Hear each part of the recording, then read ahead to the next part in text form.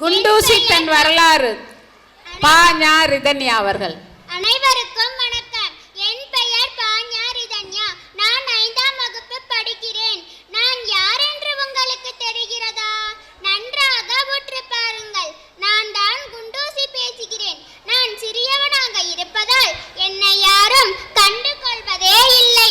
அதனால்தான் என் சுயசரிதையை சுருக்கமாக சொல்ல ஓடோடி வந்தேன். என் உரையை சற்று உன்னிப்பாக கேளுங்கள். அப்போதுதான் உங்களுக்கு தெரியும் என் சிறப்பு. குச்சி உடம்பு கொண்ட எனக்கு குண்டூசி என்ற பெயர் ஏன் வந்தது தெரியுமா? சொல்கிறேன் கேளுங்கள். தையல் ஊசி என் அக்கா தனியாக செல்ல பயப்படுவாள். வண்ண நூலை வா என்று இணைக்க துணைக்கு அழைப்பாளே. இளைய தம்பி நானே எதையும் தனியாக செய்திடுவேன். என் துணிவி மிக்க செயல் கண்டு என்னை குண்டூசி என்றே அழைத்தாரே.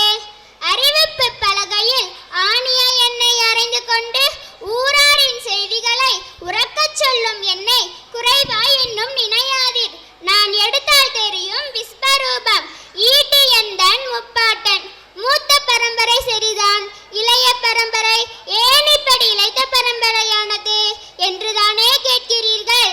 என்னை கேட்காதீர்கள், இந்த மண்ணை கேளுங்கள். இந்த மண்ணை பாழ்படுத்திய உங்கள் மனசாட்சியை கேளுங்கள். வளமையான மண்ணில் பிறந்தான் எந்தன் முப்பாட்டன். வலிமையாய் இருந்தான். காய்ந்து போன மண்ணில் பிறந்த நானோ தேய்ந்து போனேன். ஈட்டி பரம்பரை இப்படி குண்டூசியாய் இழைத்த கதைதான் இது. உழைப்பாளி நான். என்னை ஓரங்கட்ட எவளோ ஒருத்தி வந்து விட்டாள். அந்த இங்கிலீஷ்காரி பெயர் ஏதோ ஸ்டேப்லராம். பணிந்து இருப்பதாக நடிப்பாள்.